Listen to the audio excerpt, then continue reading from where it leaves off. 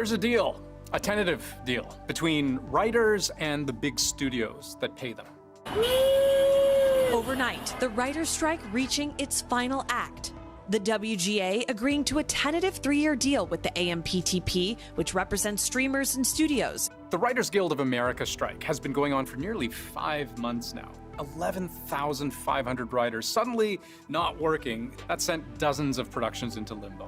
Parts of Hollywood were paralyzed. Shows like The Last of Us, Abbott Elementary, Stranger Things had filming interrupted. We're learning the production of the 5th and final season of Stranger Things is now on pause. It put the freeze on most of the big TV talk shows. The View, unusually, kept going. We want to start with an explanation of why we're still working. And they were protested like crazy for it, by the way. But Kimmel, Colbert, Fallon. Yeah, I need my writers. I need them real bad. Yeah, I got no show without my writers. Everything just shut down. But now, direct from the WGA, we can say with great pride that this deal is exceptional. Now, the deal isn't public yet, and that's normal. Union members actually have to vote to make it official. But here's what we know. Are your friends as funny as you? No, they're not funny at all. No, I have no funny friends. I'm the funny one. Used to be that if you were a writer on a show like Seinfeld or Friends or Grey's Anatomy, you could count on what are called residuals. Just think of them like royalties. So if you write on a hugely popular show and it goes on to syndication, gets rerun for years, gets picked up overseas, your regular royalty or residual check, can really add up. We're gonna climb Mount Everest. Yeah, baby! But residuals don't work the same way in the streaming era. There's no such thing as reruns on Netflix. So a show might launch and then just kind of stay there. And at the moment, you can't even really base residuals on how many views a show gets because streaming services don't generally give that information to filmmakers or writers. The reason I think a lot of it is closely guarded is because the streaming algorithms are so proprietary and so secretive that the streamers want as little to be publicly known about how it works as possible. So one of the big asks, a viewership-based residual. Reward programs with greater viewership. Now, this would be a big shift in how writers get compensated when they write a show that really goes gangbusters. And the big studios, they will budge on this. From their counteroffer last month, a 2% residual to writers for shows that run on free streaming channels if the show's carried for more than half a year. Now, in the deal that was just struck, we don't know how this particular point played out. But even then, that's not the big fish here, right? That's not Netflix or Disney Plus or anything that you pay to subscribe to. The only ground they're willing to give there, for the first time, viewership data in the form of quarterly confidential reports is to be provided to the WGA. So they'll share their numbers 4 times a year. That's a big change. But in their own words, this increased transparency will enable the WGA to develop proposals to restructure the current residual regime in the future.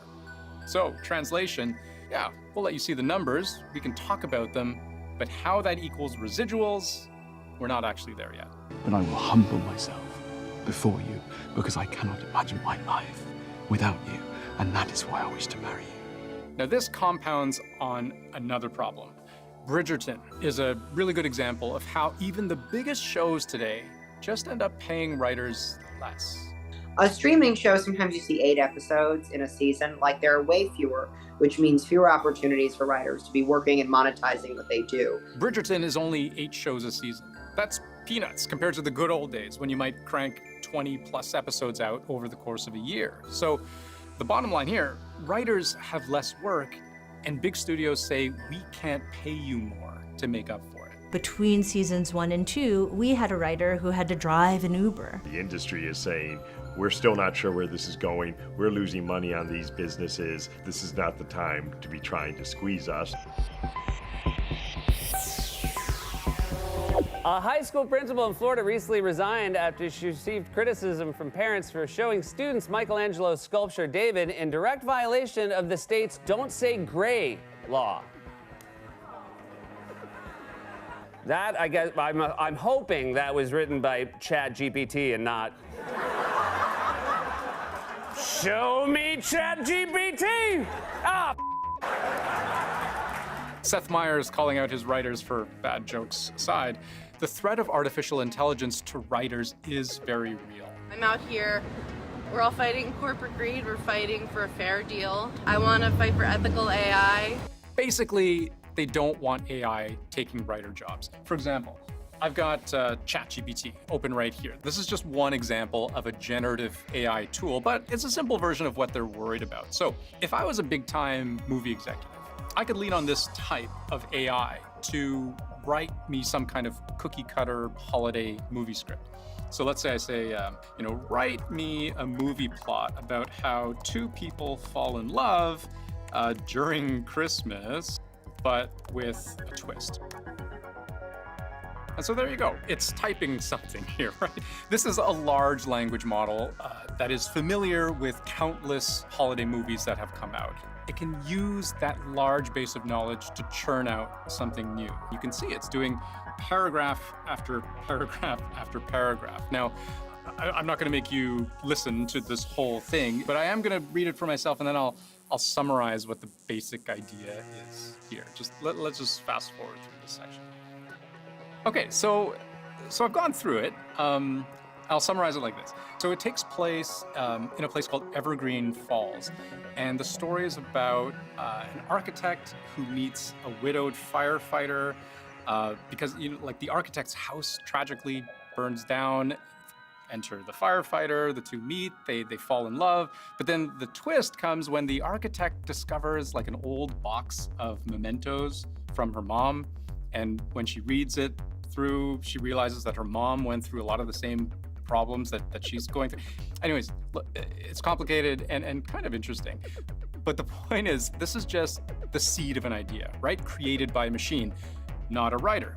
It's nowhere near being a polished script, but I could keep prompting it for details, even have it start writing. Write me the first scene. And it'll go, complete with locations, dialogue, and so on. So not only have I replaced some of the work that a human might otherwise do, but also when I inevitably do need a writer to massage this script into something a little more human, I can pay them less because they're not writing an original script. They're just adapting an existing one. The writers have waged both a, practical but also a symbolic battle. It's symbolic because they wanted to show that robotic brains can't really take the place of human brains. And it's practical because they wanted to make sure that it doesn't cut into their staffing numbers. According to multiple sources, the two sides have reached an agreement on AI, that there will be some sort of guarantee that AI will not encroach on writers' credits and compensation. Now, there are other issues at play as well, staffing requirements, pensions, health benefits. And when negotiations started, the two sides were about $350 million apart, which is a lot. So when the union talks about meaningful gains and protections for writers in every sector of the membership, well, we can only really guess at the specifics. They could come soon. We are expecting more details this week, and late night TV could be back on the air in a matter of days if union members vote yes. But just remember, this is only half the battle. TV and movie actors are still on strike, all 160,000 of them. We know both unions are closely in touch, and one of the first things actors probably did was say, show us everything you won, and let's see how that makes sense for us. So the scripts will start flowing, but who will play the parts? That story is still being written.